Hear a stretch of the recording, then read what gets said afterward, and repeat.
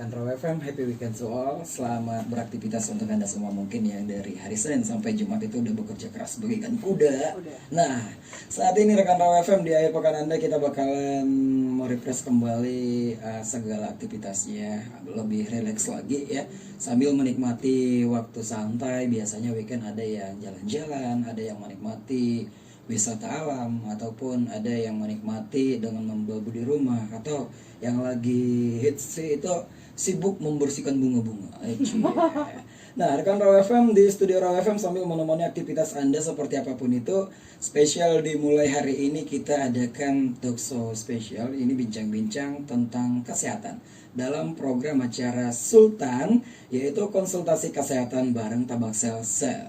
Nah, rekan Raw FM di studio Raw FM sudah hadir dua narasumber kita yang sangat luar biasa, yang sesuai dengan namanya Tabaksel Share akan memberikan ataupun men-share segala sesuatunya untuk Anda yang bermanfaat. Karena rekan Raw FM kita ketahui bahwasanya manusia yang baik itu adalah manusia yang berguna bagi manusia lainnya. Untuk hal itu kita akan mencoba di sini untuk membagi beberapa hal yang sangat bermanfaat tentang kesehatan organ intim. Nah, ini tentunya pada manusia baik pria maupun wanita. Untuk mengetahui seperti apa pembahasannya ini ataupun apa hal-hal yang bakalan perlu kita ketahui bersama, di studio Raw FM tentunya Raja sudah menghadirkan dua narasumber yang akan mengkupas detail secara tajam ya kesehatan organ intim ini bersama Dr. Ersi dan Dr. Ida ya. Langsung kita sapa dulu. Assalamualaikum warahmatullahi wabarakatuh. Waalaikumsalam warahmatullahi wabarakatuh. Selamat pagi Dr. Ersi, Dr. Ersi. Iya, pagi saya. Nah, ada juga Dr. Ida. Halo. Halo. Apa kabar ini? Alhamdulillah sehat. Baik, mungkin di studio Raw FM yang namanya Sultan ini adalah salah satu program baru, yaitu konsultasi kesehatan yang mana kita adakan setiap weekendnya akan berbagi ilmu kesehatan ataupun akan membagikan tips maupun pengetahuan tentang beberapa hal yang berhubungan dengan kesehatan pada hari ini, yaitu kesehatan organ intim. Namun sebelum kita masuk ke tema kita ini, seperti peribahasa mengatakan bahwasanya tak kenal maka tak sayang, begitu ya. Biarkan Raw FM lebih menyimak dan lebih mendengarkan ini, tentunya kita pengen tahu dong, pengen berkenalan dulu. Mungkin dimulai dari Dr. Ersi, mungkin silakan. Ya, halo, saya Dr. Ersi. Saya dulu lulusannya dari Muhammadiyah Surakarta Solo. Saat ini bekerja di Praktek Mandiri Jalan Jenderal Sudirman 189. Oke. Masih tetangga dengan Raw Masih FM. tetangga ya. Lurus-lurus aja Lurus-lurus jalannya. aja. Oke. Nah, asli Sedempuan berarti. Ya, saya kelahirannya Sedempuan. Kelahiran Sedempuan. Boru? Marga? Boru Siregar. Boru Horas. Siregar. Boru Siregar. Tapi yang buru juga. Ada yang mengatakan dapat boru regar itu bebas siksa kubur.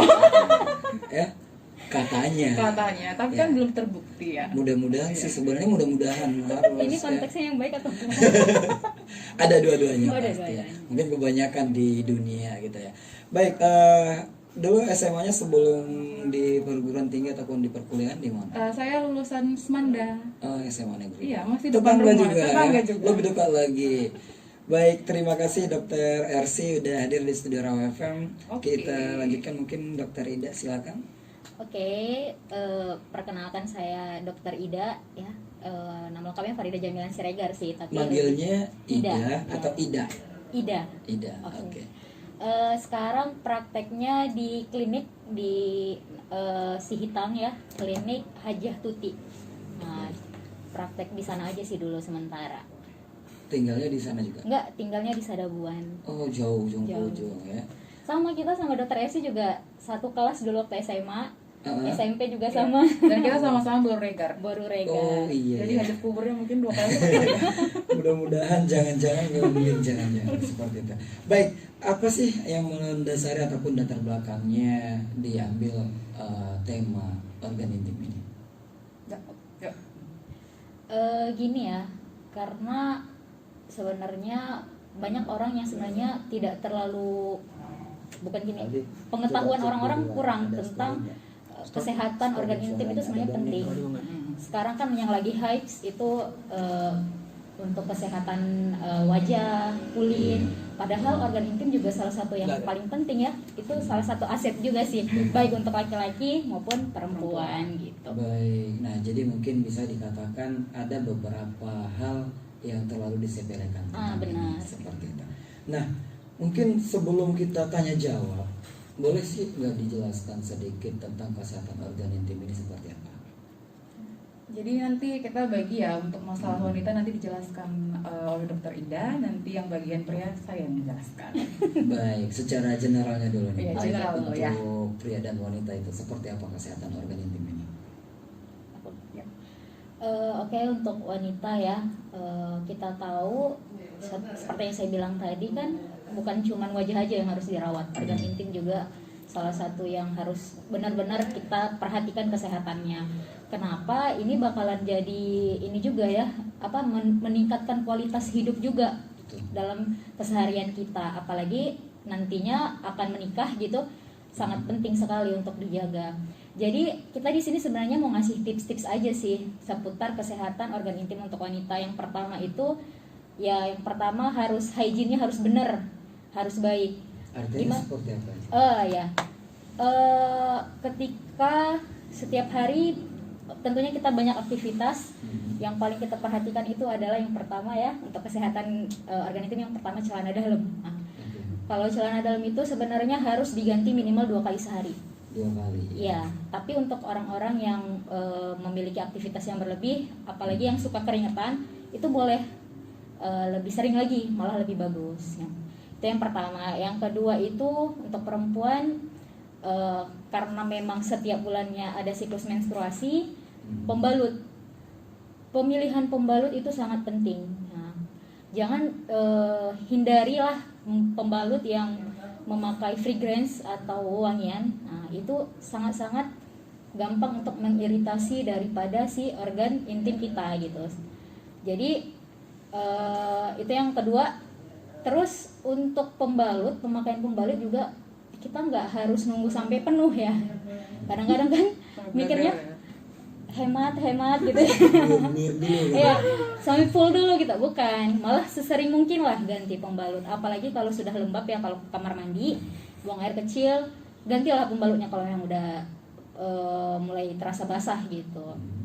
Terus ini penting sekali karena mungkin banyak orang yang kurang paham cara, mohon maaf ya, kalau kita bahas masalah kesehatan organ intim sebenarnya tidak ada yang tabu ya. Oke. Masalah cara cebok, terutama untuk wanita. Wanita ini paling sering terkena infeksi saluran kemih. Kenapa? Karena memang dari lahir anatomi atau letak dari anatomi itu letak posisi dari lubang saluran kemih dan saluran buang air besar itu sangat dekat. Beda sama laki-laki. Kalau laki-laki kan masih ada ureter ya namanya, atau penis kan, masih ada saluran yang memisahkannya gitu. Tapi kalau untuk perempuan karena dia dekat, ini rentan terjadi infeksi. Karena apa? Karena salah satunya adalah cara cebok yang salah. Jadi di sini saya mau kasih tahu untuk cara cebok yang benar itu bukan dari belakang ke depan. Biasanya lebih enak kan cara cebok tangan di depan tuh ngusap gitu, tapi sebenarnya salah. Yang benar itu dari depan ke belakang. Karena kenapa? Kita menghindari perpindahan bakteri dari lubang anus atau lubang buang air besar pindah ke lubang saluran kencing. Itu yang paling harus dibiasakan. Mungkin banyak orang yang nggak tahu. Terus satu lagi, kalau perempuan nih banyak ya aktivitasnya, berbelanja gitu, ke pasar, belanja ikan gitu, pegang-pegang uang gitu, tahu-tahu nyampe rumah kebelet mau buang air kecil gitu. Jangan lupa, penting sekali sebenarnya sebelum buang air kecil pun kita membasuh tangan dulu, bukan hanya setelah buang air kecil ya gitu, atau yang lainnya gitu. Tapi biasakan tetap dalam kondisi yang bersih tangannya. Jadi cuci tangan dulu, kalau bisa usahain pakai sabun, baru buang air kecil, dan begitu juga setelahnya. Kemudian ini juga banyak sekali nih ketemu pasien yang, dok,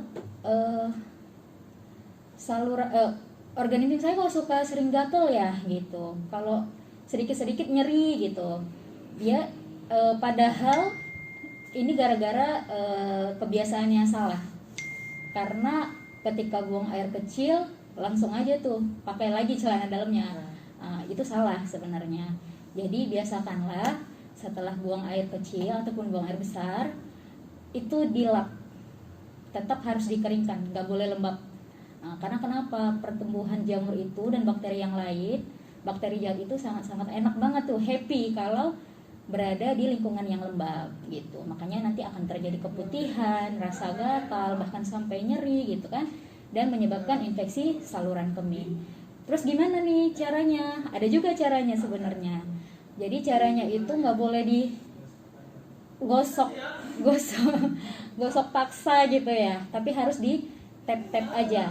Jadi dikeringkan dengan penuh kelembutan gitu ya, menggunakan handuk atau tisu yang basah dan bahannya lembut. Jangan pakai tisu makan, itu kan lebih kasar tuh. Pakai buat ngeringkan si organ intim kita, itu juga salah sebenarnya gitu.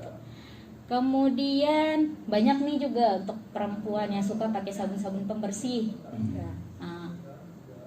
Mulai dari sekarang kita harus pahami sebenarnya organ intim kita itu sangat-sangat memproteksi dirinya itu ekstra dan ekstra gitu. Karena kenapa?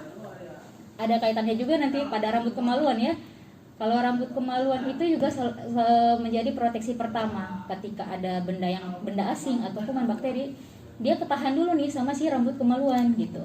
Kemudian masuk kalau masih bisa lolos di dalam saluran intim kita kalau di apa namanya, bahasa medisnya sih labia mayor namanya. Di lapisan terluar itu sebenarnya sudah ada bakteri baik, kita sebutnya flora normal. Jadi ketika benda asing, bakteri atau apapun itu mau masuk ke sana, mereka lah tentaranya gitu. Jadi digebukin dulu sebelum masuk.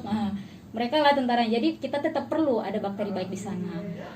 Terus sampai itu juga vagina kita perempuan itu juga sudah punya pH sendiri. Itu juga membantu untuk membunuh kalau ada kuman, bakteri dan sebagainya kalau mau masuk ke dalam organ intim. Jadi udah ada proteksi ekstra sih sebenarnya di dalam organ intim kita. Jadi kalau untuk pemakaian sabun-sabun, sabun sirih dan segala macamnya yang bentuk sabun susu gitu. Kalau dengan tidak ada kelainan kondisi tertentu sebenarnya tidak perlu, cukup dibasuh aja pakai air, diusap lembut saja, jangan terlalu agresif juga, itu sebenarnya udah bersih gitu. Dan ada kaitannya juga sama si rambut kemaluan kan gitu. Si rambut kemaluan juga kalau dia terlalu panjang itu nggak boleh, malah menjadi jalan sumber infeksi juga. Makanya tetap harus juga dipangkas secukupnya gitu ya. Dan nggak boleh dicukur juga, sebaiknya memang harus digunting saja. Cukup digunting, dirapihin, salon sendiri di rumah ya dokter Ersi ya. Jangan dicukur karena kenapa? Lapisan organ intim itu sangat-sangat tipis dan sensitif. Jadi kalau kita cukur yang ada malah jadi perlukaan. Kalau perlukaan ada luka terbuka itu sangat-sangat gampang buat masuknya infeksi yang lainnya. Jadi cukup digunting aja gitu, digunting rapi, nggak perlu panjang-panjang sampai bisa dikepang ya dokter Ersi ya gitu. Jadi dirapihin aja gitu dan harus teratur.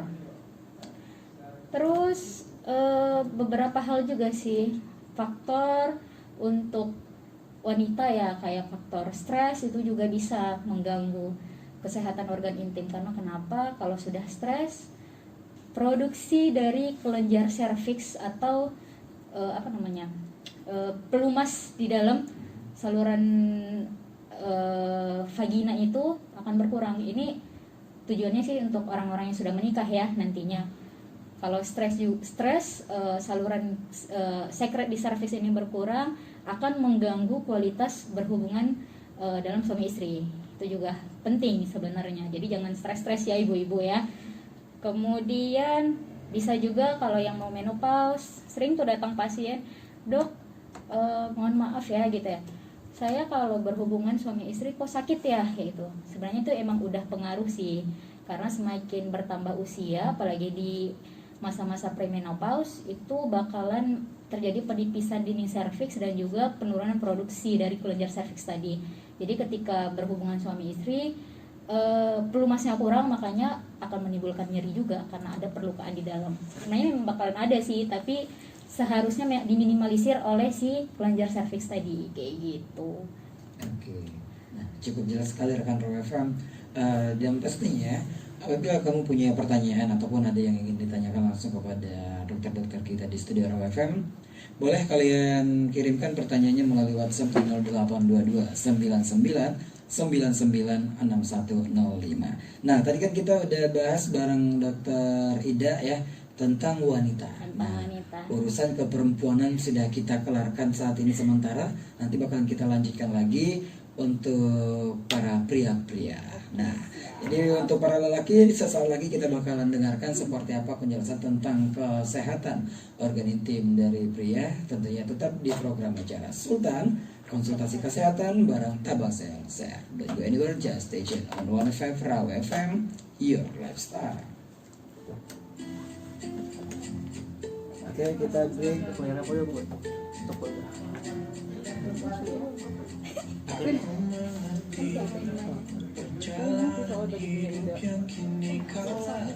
apa nih? Mau lah bang tua hilang. Dia mau. Tahu sana Untuk bincang-bincang kita di program acara Sultan Konsultasi Kesehatan bersama Tabaksel Sehat. Masih semangat ya para Masih dokter dong, masih kami. pagi. Nah, yang pastinya rekan Raw FM tadi kita sudah mendengar penjelasan dari Dokter Ida ini tentang organ intim wanita ya. Sekarang nggak mau kalah dong, yang pria dulu ya. Tim pria, Pengen mana tahu. suaranya tim pria? Nah, udah pada sorak-sorak nih. Ya. Ini bakalan kita dengarkan juga langsung penjelasan dari Dokter Arsi. Kami persilakan. Oke, jadi hari ini kita bahas tentang organ pria. Namanya Mr. P ya. Iya. Kalau tadi vagina, Yes, ini Mr. vagina. P. Jadi saya nggak tahu ya, cuman selama pandemi ini kayaknya angka kejadian infeksi saluran kemih pada laki-laki itu meningkat. Meningkat selama Banyak kayaknya pasien saya Iya. tuh keluhannya yang laki-laki nih, padahal biasanya nggak. Apakah karena WFH jadi males mandi, males ganti cangcut, jadi pada infeksi, jadi nggak tahu juga nih ya kan ya. Tapi balik lagi, nggak ada diskriminasi ya untuk kasus-kasus ISK. Perlakuan kebersihan juga sama antara laki-laki dan perempuan. Memang kalau untuk perempuan seperti yang dijelaskan Dokter Ida tadi, dia lebih kompleks. Kenapa? Karena organ intim wanita itu dia lubangnya langsung ke dalam nih, bisa masuk ke dalam. Sementara kalau laki-laki dia lebih eksternal, lebih di luar, ya kan? Nah, tapi jangan gara-gara cuman kayak di luar, jadi harus semena-mena, nggak boleh. Tetap harus ada kebutuhan untuk kebersihan organ sekitar. Jadi si Mr. P ini juga wajib dibersihkan.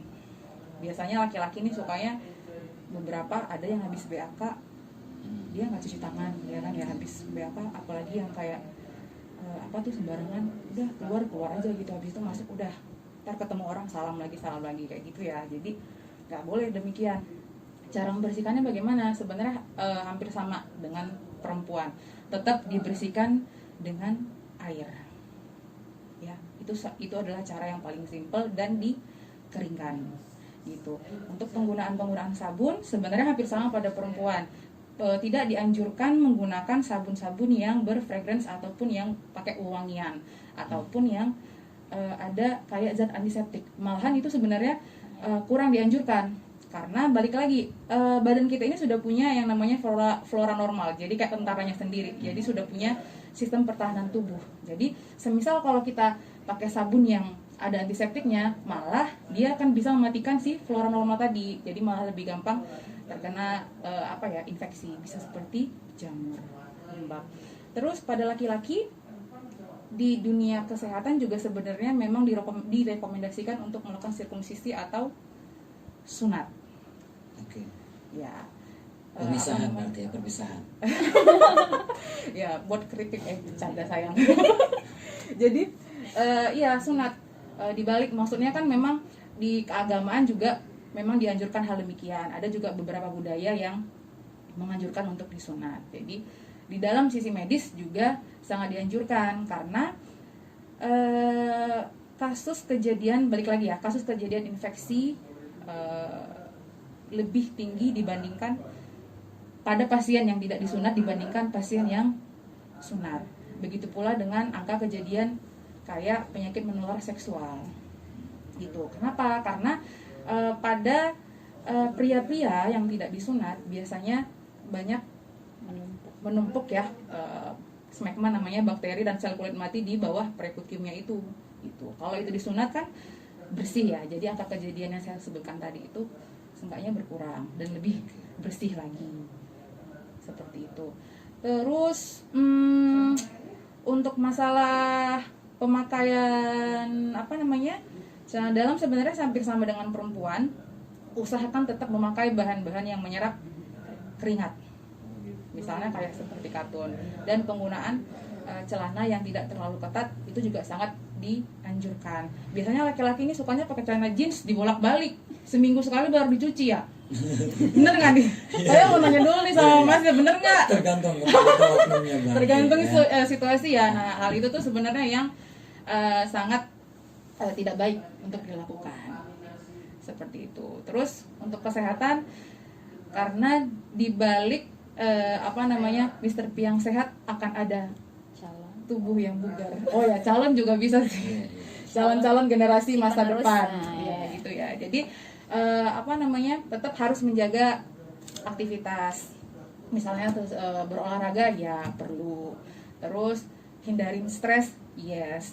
Terus jangan melakukan kegiatan-kegiatan yang bisa dibilang kayak menyimpang mungkin ya. Iya, Masturbasi terlalu sering karena memang tidak direkomendasikan juga. Masturbasi yang terlalu sering, terlalu agresif, nah, itu juga tidak bagus. Ya, terus misalnya juga pada penyakit-penyakit tertentu juga bisa mempengaruhi seperti kayak diabetes mellitus atau penyakit hormon juga bisa mempengaruhi dari sensitivitas si penis tadi. Oke. Nah, dari Saya belak-belakan nggak sih ngomong penis di sini? Mr. P aja kali ya. Mr. P. Oke. Mr. P. Tapi mungkin orang juga dengarnya, alah memang tujuannya itu. Ya. Baik. Oke. Mungkin kalau kita dengarkan tadi penjelasan dari tentang wanita dan pria itu jelas hampir banyak persamaannya. Iya. Dan tapi lebih signifikan untuk wanita ya. lebih kompleks. Lebih Iya, banyak lebih lagi. Nah, tapi ada tadi mungkin kalau yang tidak disampaikan oleh dokter Arsi itu Apa tuh? Tentang rambut kemaluan untuk pria itu seperti apa? Sebenarnya hampir sama dengan wanita, tidak dianjurkan mencukur sampai habis alias botak. Jadi gundul pacul Jadi gundul pacul. Soalnya kenapa? Karena dicukur, apalagi dengan menggunakan pisau cukur itu bisa bisa mengakibatkan terjadinya iritasi. Iritasi di sekitar area kulit. Nah, kalau sudah iritasi, ada perlukaan di situ, malah jadi gampang infeksi. Terus sebenarnya bulu-bulu lagi, rambut kemaluan itu juga ada fungsinya. Misalnya seperti filter ya kalau untuk wanita, filter dari bakteri, bisa dari udara luar ataupun dari benda-benda tumpul lainnya, tetap harus ada. Tapi jangan panjang-panjang juga dong, say. Oke, berarti dianjurkan juga tetap dibersihkan, dirapikan. Iya. Barbershop sendiri. Iya, berarti. dan sirkumsisi ya. Oke.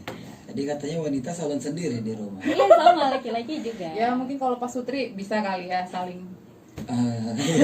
Iya.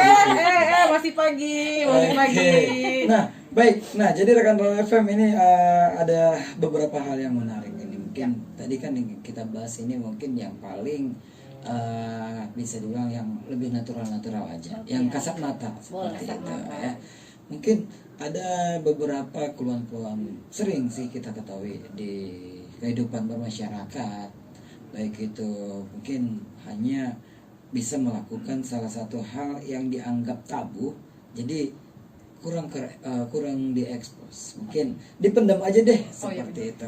Nah, jadi rekan FM ini wadahnya boleh kamu pertanyakan tanpa nama pun boleh. Kasih aja Anonim ya, nama. anonim ya. Nah, kasih aja inisial, misal inisial Dina gitu ya. Oke, yang pastinya rekan FM, pertanyaan Anda nanti bakalan kami coba jawab dan berhubungan dengan organ intim. Tadi disampaikan pentingnya kita ketahui bahwasanya ya khususnya yang wanita ini ya, bahkan iklan di TV juga untuk membersihkan misfinya itu dengan berbagai sabun. Ada sabun daun sirih yang beginilah, bahkan yang minum jamu lah, untuk menjaga itu sebenarnya untuk menjaga kebersihan baik kulit untuk terhindar dari iritasi atau terhindar dari bau yang tidak sedap. Saya coba jawab ya. Sebenarnya kalau sekarang perempuan itu karena semakin maju berpikirnya sampai si Miss V ini juga harus wangi gitu kan gitu. Makanya ada tuh orang yang berusaha untuk kasih sabun-sabun wewangian gitu, bahkan menyemprotkan parfum ke sana gitu. Itu sangat-sangat salah karena Miss V ini sangat-sangat sensitif. Kita kasih zat-zat yang tidak di luar dari kebutuhannya malah akan menimbulkan masalah baru gitu. Misalnya kayak si sabun-sabun ini kan, kalau sabun-sabun untuk kondisi kasus tertentu mungkin diperlukan, tapi harus dengan konsultasi dokter gitu. Tapi ngapain juga ya dikasih parfum-parfum padahal baunya udah khas gitu ya. Udah khas ya. Berarti semua itu sama ya? Sama aja gitu. Tapi kondisi yang memang tiba-tiba misfinya berbau sangat menyengat, disertai keluhan lain seperti gatal, panas, keputihan, itu harus dicurigai. Memang dia ini adalah masih normal atau bukan gitu. Kalau memang bukan, diperiksakan saja. Kalau memang sudah mengganggu, bagusnya diperiksakan ke dokter gitu. Oke, berarti sebenarnya tidak ada larangan khusus untuk sebenarnya tidak dianjurkan ya, tidak dianjurkan untuk memakai sabun apapun, jenis apapun, kecuali kondisi tertentu gitu. Dan itu juga harus dengan anjuran dokter. Karena gini, sabun-sabun ini juga bisa mengganggu pH ya. pH ini di dalam si Miss V ini kan fungsinya untuk mengatur keseimbangan. Jadi pertumbuhan si flora normal atau bakteri baik itu sesuai dengan seharusnya gitu. Kalau dia terlalu rendah, malah tempatnya si bakteri-bakteri jahat malahan bahagia di sana gitu kan. Jadi kalaupun misalnya dengan kondisi tertentu ada kelainan, maksudnya ada infeksi, si dokter pun bakalan maksudnya bakalan ngasih solusi untuk memakai sabun-sabun tertentu. Tapi dia juga bakalan memberikan obat yang fungsinya untuk tetap menjaga pH gitu. Jadi nggak bisa sembarangan gitu kan, memang harus ada ilmunya gitu. Nggak boleh. Nah, jadi cukup jelas rekan FM. Nanti ini bakalan kita bahas. Jadi setelah ini kita break lagi, baru kesempatan kita buka, kita bacakan semua pertanyaan-pertanyaan. Dan rekan FM dimanapun kalian berada, silakan kirimkan melalui SMS atau WhatsApp, boleh lah. Kalau mungkin terlalu merasa takutnya ada diskriminasi nanti atau merasa terintimidasi sendiri oleh perilaku diri sendiri, nggak usah sebutkan nama ya. Sebutkan pertanyaan Anda saja, nanti bakalan kita bacakan. Tentunya setelah ini jangan kemana-mana dulu rekan FM, jangan stay channel 105 Raw FM, your lifestyle. Karena jangkanya 3 hari itu masih normal sih ya gitu. Dan kalau di masalah darah haid merah kecoklatan memang masih wajar ya. Kalau merah kecoklatan, apalagi karena sedikit, karena ada pengaruh dari sudah keluar dari liang vagina, liang Miss V tadi bercampur dengan udara bebas gitu kan, masih normal sih kalau menurut saya. Mungkin bisa ditambahin oleh Dokter RC. Oh ya, memang untuk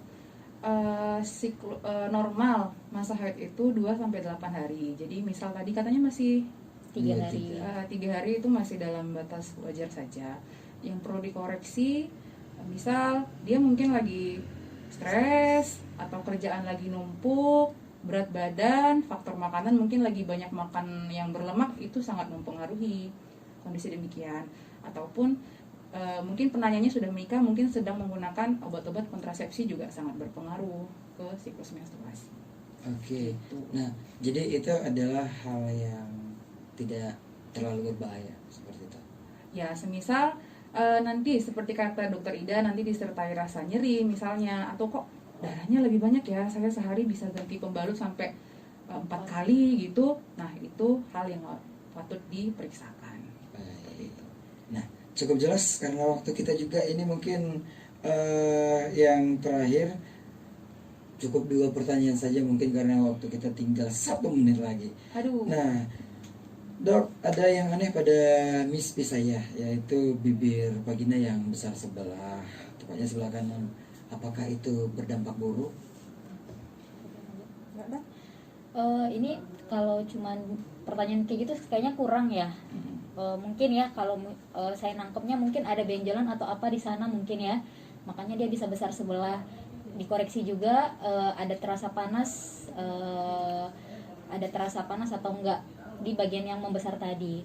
Paling sering sih sebenarnya kalau benjolan di vagina, apalagi di bagian lapisan luarnya itu adalah namanya folikulitis, penyumbatan di sel di pori-pori, di folikel rambut. Nah, ini yang karena apa? Karena rambut kemaluan yang terlalu panjang atau cara membersihkan Miss V-nya itu kurang tepat, kurang baik gitu. Atau mungkin ditambahin dokter RC juga boleh. Yang patut diperhatikan misalnya ada nggak tanda peradangan di situ, dia merah atau nyeri, atau mungkin dia ukurannya bertambah besar, mengganggu siklus menstruasi, ataupun disertai dengan keputihan. Nah, kalau ada semisal hal itu ya diperiksakan saja. Tapi kalau semisal semua normal kok dok, nggak ada masalah, cuman kayak ada benjolan, memang beberapa kasus dia ada kayak semacam kista di situ. Tapi biasanya kalau kista bisa dia mengecil ya, Iya, dia bisa bisa mengecil. hilang lama-lama. Baik, nah mungkin sebenarnya masih banyak lagi yang mau kita bahas, tapi Iya, belum nggak terasa ya, waktu, mengalir seperti air. Iya, mungkin nanti di kesempatan lainnya. Oke. Tapi sebelum diakhiri, boleh kita dengarkan closing statement tentang kesehatan organ intim ini. Silakan. Oke, jadi kesehatan organ intim ini adalah salah satu hal yang sangat banyak orang menyepelekan. Padahal sebenarnya dia yang harus sangat kita perhatikan karena bakal dilakukan setiap hari. Jadi jangan lupa untuk selalu cuci tangan sebelum dan sesudah memegang organ intim. Terus biasakan cebok ya? Iya. Ya, mencuci alat organ intim dari depan ke belakang. Terus untuk penggunaan sabun juga perlu diperhatikan, nggak melulu harus yang pakai wangian ataupun antiseptik. Cukup dengan air bersih saja itu sudah sangat membantu untuk kesehatan organ intim. Kalau semisal ada keluhan seperti pada wanita seperti keputihan dan lain-lain, ataupun pada laki-laki ada nyeri segala macam, ya harus diperiksakan. Seperti itu. Mungkin mau ditambahin dokter? Tidak? Sebenarnya sudah cukup jelas, cukup lengkap ya dari dokter Elsie. Saya cuma mau ngasih tahu aja kalau kesehatan organ intim ini bukan hal yang tabu. Sebenarnya edukasi sejak remaja untuk ibu-ibu lah utamanya. Sebenarnya dari remaja harus dikasih tahu, harus diajarin gimana cara menjaga kesehatan dan kebersihan dari organ intim gitu. Bukan hanya setelah tahu udah besar gitu, enggak. Tapi sejak dini harus diberikan edukasi. Gitu. Dan jangan terlalu percaya dengan katanya-katanya loh Iya, ya. benar. Kalau bingung tanyakan pada orang yang benar paham. Iya benar. Oke. Nah, cukup jelas sekali rekan Raw FM. Itu dia, terima kasih buat Dr. Hersi, begitu juga buat Dr. Ida yang sudah hadir di studio Raw FM, yang sudah memberikan sesuatu untuk pendengar setia Raw FM, buat rekan Raw, yang mana semoga ini hal yang baik dan tentunya menambah wawasan dan pengetahuan yang bermanfaat untuk kehidupan sehari-hari. Dan buat dokter-dokter ini semoga menjadi amal jariah. Amin. Terima kasih atas kebersamaannya. Semoga kita bisa ketemu lagi dengan pembahasan-pembahasan yang lebih menarik lagi. Sampai ketemu, sukses terus buat Tabak Seltzer. Sukses Sehat buat selalu Tabak. buat Dr. Ersi dan Dr. Ida. Sukses baik karir dan jodoh. Udah pada jodoh? Alhamdulillah sudah ya. Doakan ya, as soon as Tahun ini possible ya. ya. Asap. Oke, masih maybe berarti jawabannya ya. So, rekan Raw FM, sampai di sini kebersamaan kita di Sultan Konsultasi Kesehatan bersama Tabak Seltzer. Akhir kata, terima kasih atas kebersamaannya. Assalamualaikum warahmatullahi wabarakatuh. Waalaikumsalam warahmatullahi wabarakatuh.